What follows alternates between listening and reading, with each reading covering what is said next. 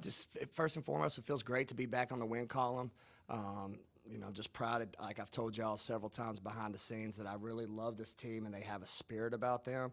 They haven't folded and they want to get better. And I thought a lot of the things that we've had failures in previous games, you saw glimpses of correction, and that's the biggest thing at this time of year. We're going to celebrate tonight, and then obviously we're back to work tomorrow.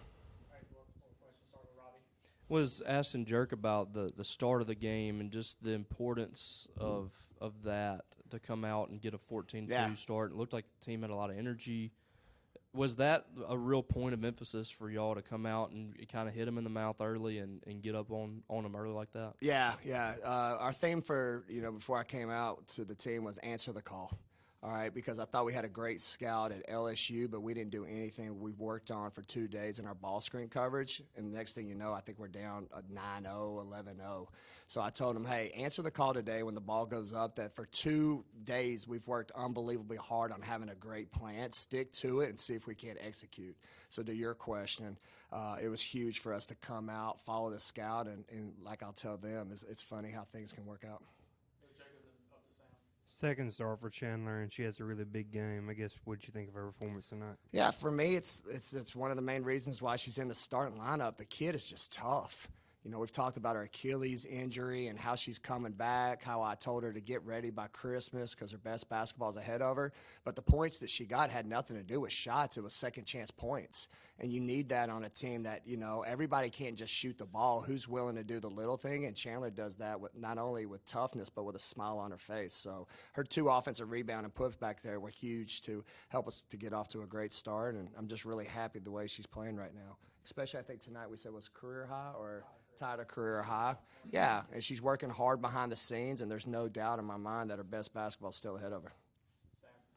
You mentioned you saw some glimpses of some corrections that were maybe made tonight in some of those good areas. What were just some of those examples that you saw from the team? I bragged about this team's ooh-wee and wow moments. I thought getting Debris Chapeau involved in the offense was huge, because a lot of times she'll hit one, but then we lose her for 5 or 6 possessions. And I thought there was that stretch there that we came down the floor and we hit her again on a transition up pass, and the next thing you know, she helped us get big separation, and there was just a great juice. So that was one. And then just a better job with our stance in the first half.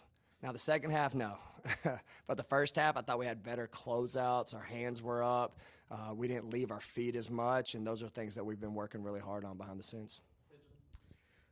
Defensively, how do you evaluate the overall performance? Obviously, Higginbottom was able to get to the line, but they're missing a couple other key players, and everybody else was held in check. Yeah, I thought we did a great job. Obviously, Mike's a great friend of mine, so I don't want to talk about too much of Arkansas, because sometimes in this league you need a break, and he's out 2 starters. So I want to make sure I give credit to them, because obviously that's a team that's been beaten up right now. So, but for the players that did play up, I thought we did great scouting report defense, and like you said, Izzy's just a heck of a player. I think in that first half she had 11 free throws. And then we luckily got some luck there where she fouls out, because, again, that kid, I've never seen nothing like it. I mean, she's able to go for 40 every single night. So just credit to her and what she's about. But I thought our ball screen coverage was great. I thought I was able to challenge Near in the second half, and she had some huge blocks. And then about Medina, holy smokes. Not only did she do it once, but she did it twice with that full court steal and layup. Again, I just catch myself sometimes going, holy smokes, that kid's special. I'm just mad she didn't dunk it like Madison. Anytime you make these changes in middle season or whenever you make a lineup change, somebody's got to come out. And the person that came out was Anaya, who's been big for you this year. Yeah.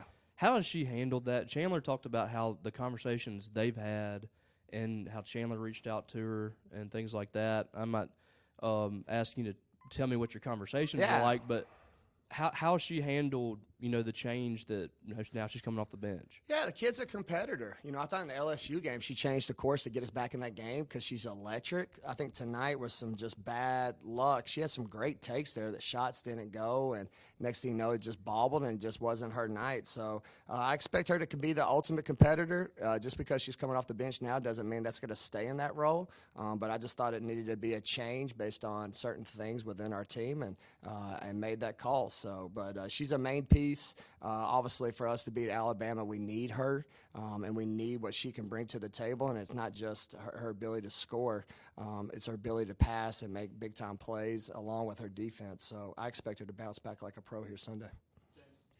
You've talked about how you feel like your best basketball is ahead of you as you continue to gel. How do you feel like you guys gelled tonight? Yeah, I just keep referencing that pose situation. I just think that's the gelling that, again, for us to have moments where you could see individuality that, like, hey, she's hot, let's get Poe extra shots. That's gelling to me because that's unselfish play, especially in a night where we had a lead. People could have got theirs. And then you see kids who are coming out with great numbers like Chandler, Destiny. It's funny when I look at this box score, those are kids who are in the gym near, all right, who are having results, but it doesn't surprise me because I've really challenged them to put the extra individual hours behind the scenes, and when they do that, that helps gel our team, to your question, and it allows better team performance. Coach DeBrisha was out there this morning filming Yeah. a project for her class, and she comes out here and drops 16 points. Just kind of talk about her as a student athlete and her exemplifying that Bulldog mentality for you Man, guys. amen. Especially in a game for National Girls and Women's Sports Day, she's the ultimate woman.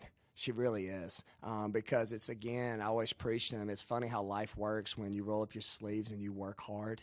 And as simple as that sounds, a lot of people don't have that.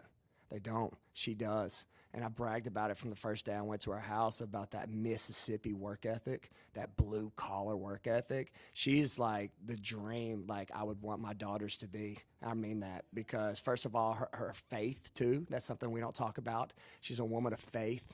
All right, she leads our Bibles chapter, and she's praying for us before the game. Like, it's just awesome. And then, obviously, like you said, she's going to graduate here early in her career because she came with so many credits in high school. She's going to pursue a master's. Like, what does she not do well? I think cooking, right? I think I hate to throw that out there, but I think she's worked with Coach Castro's wife, Cindy, on some cooking lessons to add to her bag. But again, just because her mind's there, like she knows she's not good at that, that's, again, why I love that kid and why she's special. And then I always talk about, what's your legacy, and how do you make other people feel? And the coolest thing I could say for her outside of all those accolades, which was a lot, is how she makes everyone feel.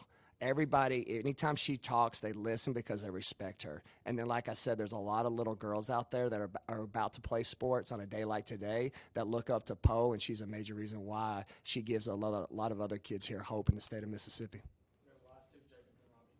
Coach, you're up by 20 points with 2 minutes left, and you call a timeout. Yeah. Talk to your team. I guess, what was that kind of conversation about? Yeah, I'm just trying to challenge them. I know what's coming. I don't want to settle. I mean, again, there's a standard, especially our defensive stance. Coach Howard's done a great job of, she's one of my defensive coaches, really trying to just hone in, and she's in my ear too, and I love it. And we're trying to challenge them to be at a whole nother level. Because for us to beat the Alabamas, the Texases, and these top tens, that teams that are coming our way, along with Florida, and Texas A&M, we got to be better defensively. So I just thought it was too easy of a layup, and then I didn't like the look on their face. And I told them we got to hold it, we got to own it. Even though you won this game, I'm trying to get a 4-quarter dog mentality that you don't settle for anything. Every possession matters, and if you can get that, then we'll be ready for March. Kind of on that point, a big one on Sunday, a big opportunity to build your resume and continue pushing forward to trying to solidify it in the NCAA tournament. What's kind of your early thoughts on Alabama and the challenge that they present? Yeah, a lot of them. Obviously, I have a lot of respect for Christy. I mean, she's a Hall of Fame coach that's won, I think, over 100 games at all 3 schools that she's ever been at. Like, first of all, that's just remarkable because, again, that's this league with a lot of vet coaches. And she's a woman of class in the way they run their program. And then we've talked about returned experience, right? They have a lot of great returned experience, and we talk about gelling. Those kids gel. Along with adding what I think is one of the top guards in the transfer portal. So with the return experience, them punching us in the mouth at Tuscaloosa and them having a swag about them, did they win tonight? Yeah. They did over Florida? Yep. They're just rolling. They're playing well. What's that? 18. Yeah, they're playing, and if you don't bring it, they can embarrass you. They can put up a lot of points. I think we gave up 8 threes last year to Nye, which is still in my head. So, and then Sarah Barker is just a beast at the 4. So I can go for days. They've got playmaking and abilities, but again, if I got to play them, there's no better place than to play at home. So I'm urging our fans to come out on a Super Bowl Sunday, and let's try to have a Super Bowl party early before the big one later that night. All right, thanks everyone. Thanks, guys. Thank you, everybody.